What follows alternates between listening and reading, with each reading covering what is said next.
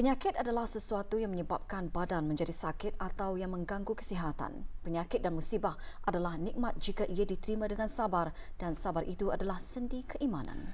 Perkara tersebut antara yang disentuh dalam tazkirah subuh awal pagi tadi dalam program Masjidku Makmur Negara Berkat di Masjid Umar Ali Saifuddin di Ibu Negara.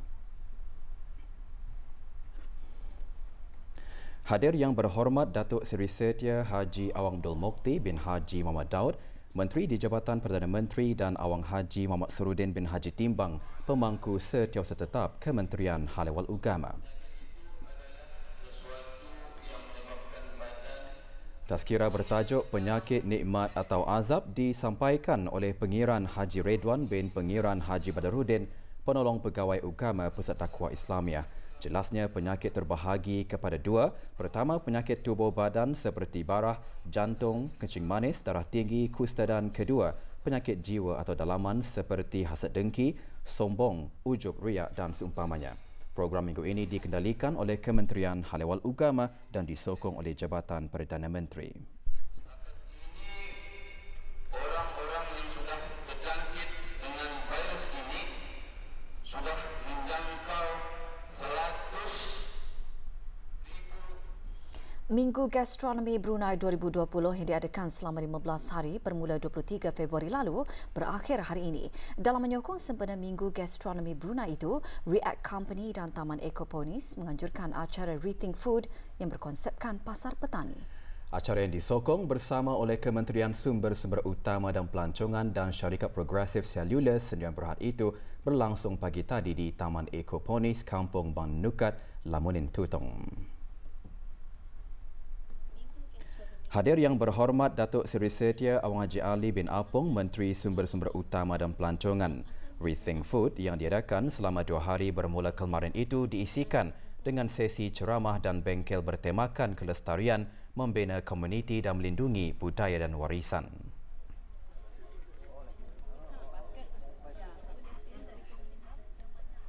Juga diadakan demonstrasi masakan daripada Persatuan Chef Indonesia ICA dan Dapur Bidasari yang menunjukkan penyediaan masakan menggunakan sumber dari hutan dan taman komuniti. Acara turut disertai oleh beberapa komuniti termasuk majlis-majlis perundingan kampung. Antara yang hadir Pengiran Haji Kamarul Zaman bin Pengiran Haji Muhammad Ishak, Setiausaha Tetap Kementerian Sumber-Sumber Utama dan Pelancongan, dan Nazura Hamizah binti Haji Muhammad Saleh, pengasas bersama React Company ketika di Timur RTB berkata, Rethink Food yang diadakan buat kali ketiga ini adalah bertepatan dengan tema Minggu Gastronomi Brunei pada tahun ini menggunakan kelapa sebagai bahan asas dalam masakan.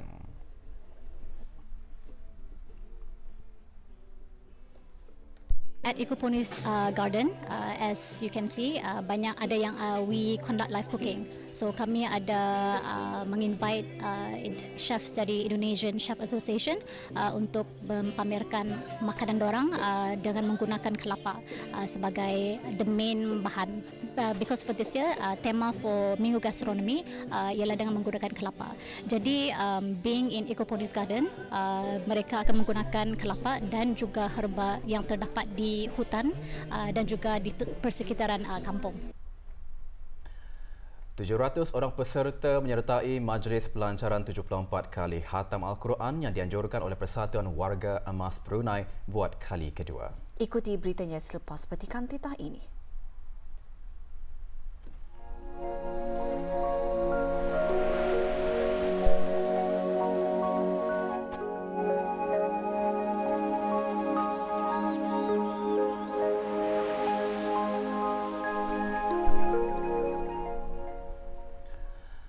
Sebagai melahirkan tanda rasa kasih sayang kepada raja yang dikasihi sekaligus menyahut titah ke bawah Duli Yang Maha Mulia, Paduka Seri Baginda Sultan dan Yang di-Pertuan Negara Brunei Darussalam agar semua rakyat dan penduduk di negara ini yang beragama Islam rajin membaca Al-Quran. 700 orang peserta mengambil bahagian dalam Majlis Pelancaran 74 kali Khatam Al-Quran kali kedua 2020. Majlis Anjuran Pertubuhan Warga Emas Brunei Darussalam berlangsung pagi tadi di Masjid Suri Seri Begawan Raja Pengiran Anak Damit, Kampung Manggis, Madang. Majlis dimulakan dengan bacaan surah Al-Fatihah dipimpin oleh Yang Berhormat Major Jeneral Bersara Datuk Paduka Sri Haji Aminuddin Ehsan, Pimpinan Orang Kaya Saiful Muluk, Datuk Sri Paduka Haji Abidin, Menteri Kebudayaan, Belia dan Sukan.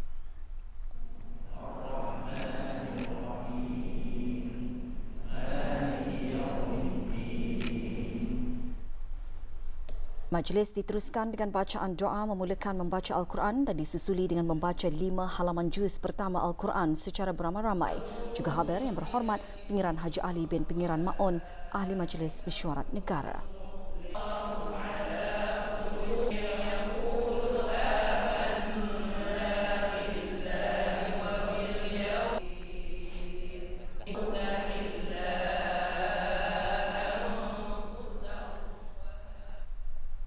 Kaum wanita di negara ini berperanan besar dalam pembangunan sosioekonomi negara serta sama-sama menyumbang bakti kepada masyarakat.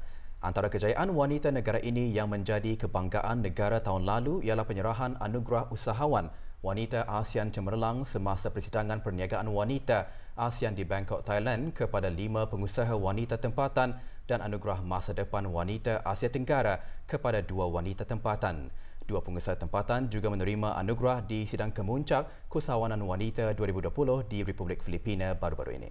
Perkara ini antara yang dijelaskan oleh Yang Berhormat Major Jeneral Bersara Datuk Paduka Sri Haji Aminuddin Ehsan, Pimpinan Orang Kaya Saiful Muluk, Datuk Sri Paduka Haji Abidin, Menteri Kebudayaan, Belia dan Sukan dalam perutusan sempena sambutan Hari Wanita Antarabangsa 2020 yang disambut setiap 8 Mac.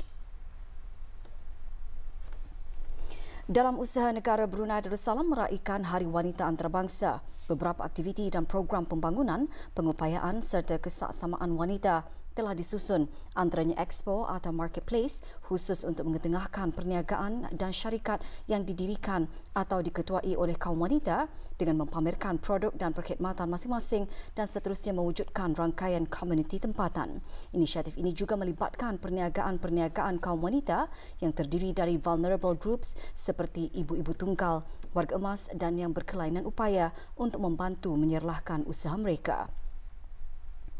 Bengkel yang bertemakan pemerkasaan wanita di negara Brunei Darussalam serta program perkongsian bersama wanita-wanita yang berkerjaya dan terlibat dalam bidang keusahawanan.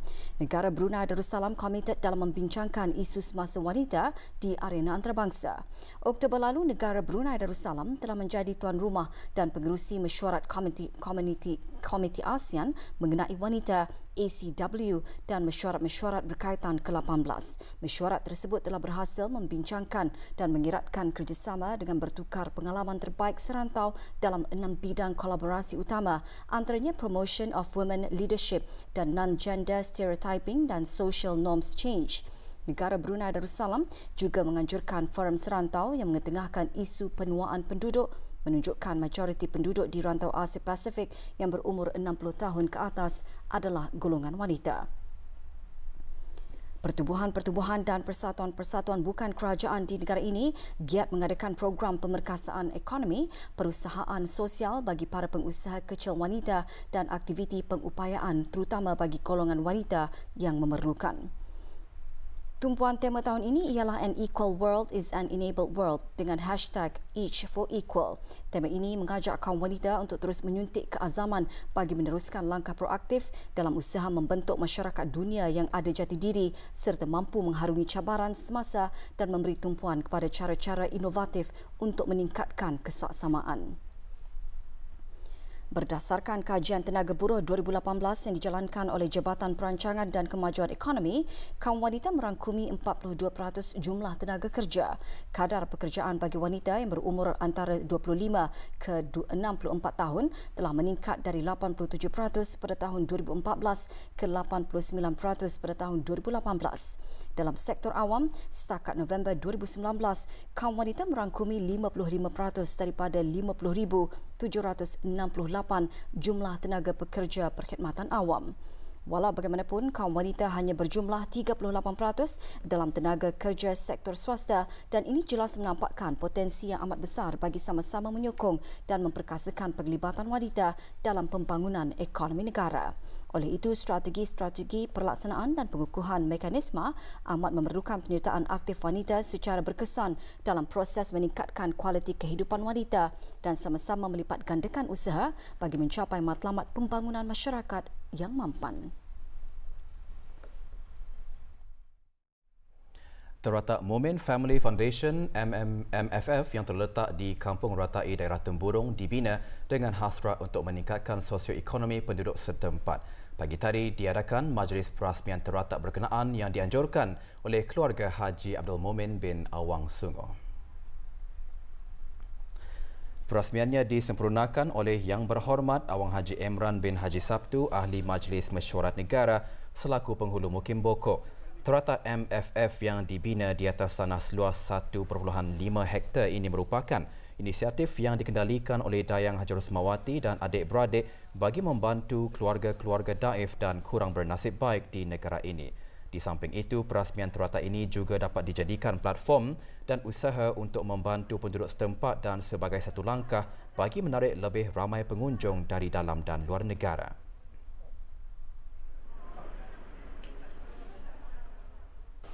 Terletak ini is a means of funding yang keuntungan daripada terletak ini dihasratkan untuk menaja lagi dana, membesarkan dana yayasan MFF untuk berbakti kepada masyarakat lah. Yang we need think of, Majim need to think of apa yang baru untuknya, untuk Ratai specifically lah, tapi Temburong amnya. Terletak yang berkonsep suasana kampung ini boleh menampung keramaian 45 orang. Harga penginapan terletak MFF adalah RM38 seorang untuk satu malam dan penginap berkumpulan dengan minima 5 orang pula adalah RM35 seorang untuk satu malam.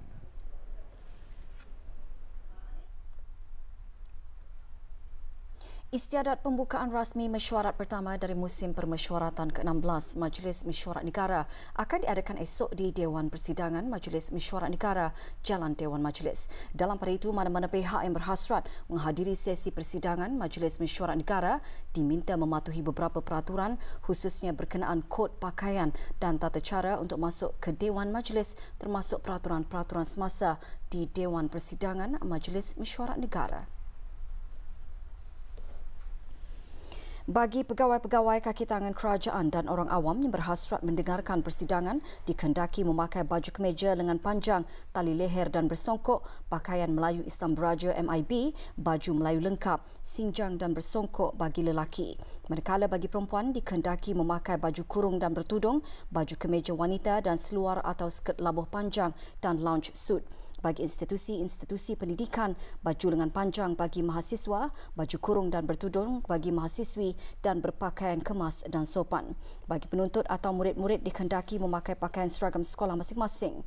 Pakaian yang tidak dibenarkan termasuk topi, baju lengan pendek, baju tee, baju sukan, seluar jeans, seluar pendek, seluar sukan, skirt pendek, leggings, sandal atau selipar.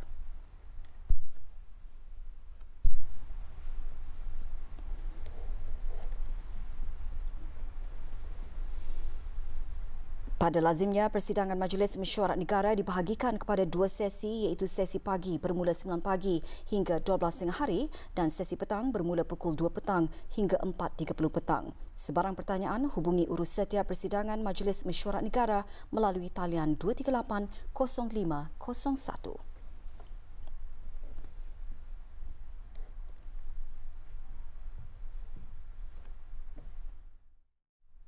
Bagi meringankan lagi beban keperluan harian anak-anak yatim dan pihak-pihak yang memerlukan, semalam Tok Kong Cina Bandar Seri Begawan mengadakan majlis penyampaian sumbangan derma kebajikan bagi tahun 2020.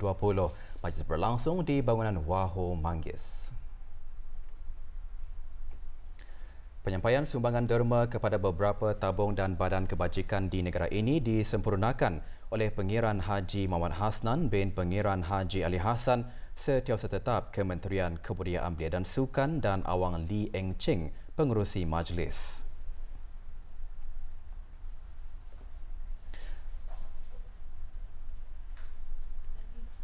Majlis diselajurkan dengan penyampaian sumbangan derma bagi membantu para pekerja kesihatan di barisan hadapan dalam menangani wabak penyakit COVID-19 di Republik Rakyat China.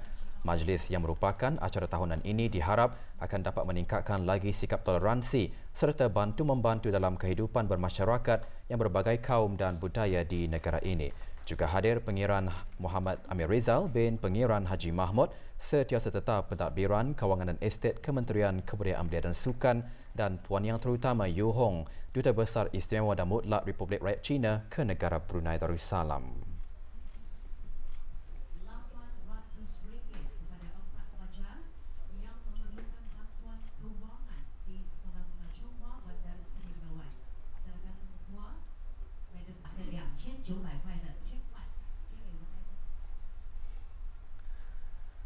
Persatuan Melayu Kedayan Pemedayan terus melestarikan dan mengekalkan nilai-nilai murni dan budaya Melayu Kedayan, khususnya tradisi mengatam padi secara tradisional.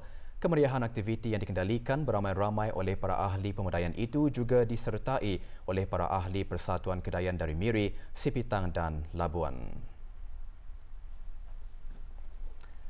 Hadir Awang Haji Zainal Abidin bin Tinggal yang dipertua Pemedayan. Selain memberi pengalaman baharu kepada sesetengah ahli pemedayan dan persatuan luar negeri, aktiviti seumpamanya juga dapat memberi gambaran kepada generasi muda tentang bagaimana puak Kedayan dahulu mengusahakan tanaman padi termasuk mengatam dengan cara tradisional tanpa menggunakan peralatan moden.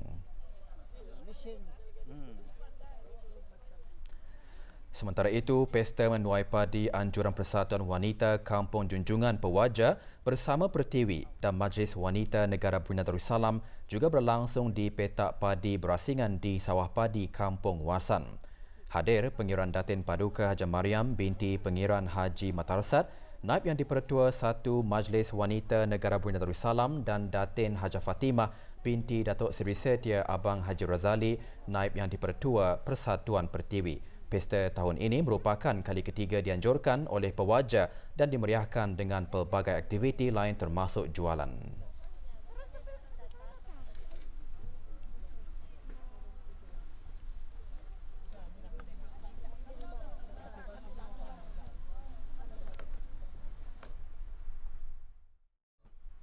Garis Panduan Pemakanan Kebangsaan bagi Pemakanan Sihat adalah sebuah garis panduan yang ditubuhkan khas bagi negara Brunei Darussalam, khususnya dalam menyediakan perkembangan, maklumat dan garis panduan pemakanan sihat yang boleh dipercayai bagi semua pihak yang berkepentingan dan orang awam.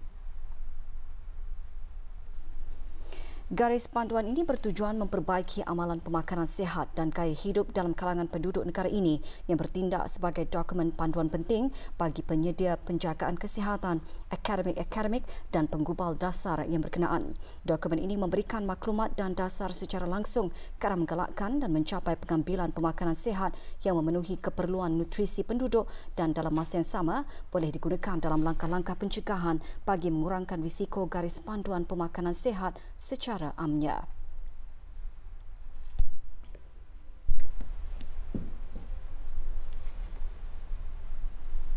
Bagi para penggubal dasar, garis panduan ini dapat membantu merumuskan dasar dan strategi yang efektif bagi menangani isu-isu kesihatan dan nutrisi di negara ini. Ia juga bertindak sebagai asas utama dalam merangsang dan melaksanakan dasar dan program nutrisi yang memberi kesan terhadap persekitaran pemakanan seperti garis panduan kantin sekolah, garis panduan bagi makanan dan minuman yang dihidangkan di tempat-tempat kerja, skim pemberian makanan ke sekolah-sekolah yang dikendalikan oleh Kementerian Pendidikan dan inisiatif pilihan lebih sihat.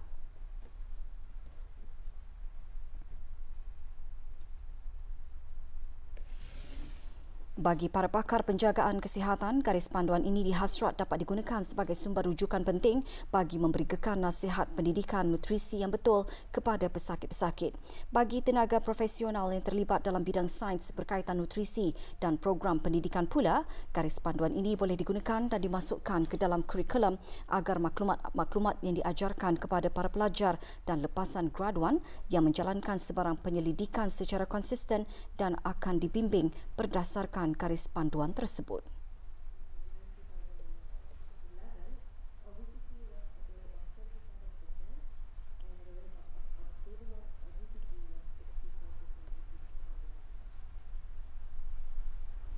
Lebih 54,000 orang dicatatkan berkunjung ke Pesta Buku Brunei 2020 yang bermula 29 Februari lalu.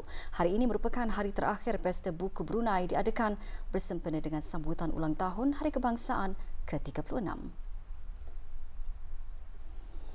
Pesta selama 10 hari itu juga disertai oleh tokoh-tokoh buku dari dalam dan luar negara, antaranya dari Indonesia, Malaysia, Kesultanan Oman dan Jordan. Pada hari terakhir ini, para pengunjung berpeluang membeli buku dan bahan-bahan pengajaran dan pembelajaran dengan potongan harga istimewa.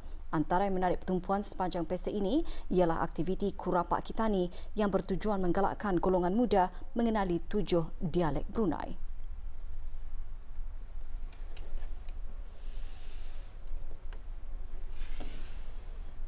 Sambutan orang ramai amat menggalakkan untuk aktiviti yang kami jalankan, terutamanya aktiviti Kurapak Kitani, di mana Kurapak Kitani ini orang yang dari luar negeri macam Malaysia pun ingin menjawab soalan bahasa Brunei ini. Cadangan untuk tahun depan digalakkan lagi untuk aktiviti Kurapak Kitani ini diperluaskan lagi supaya orang generasi baru tahu akan bahasa Brunei, bahasa 7 dialek negara Brunei ini.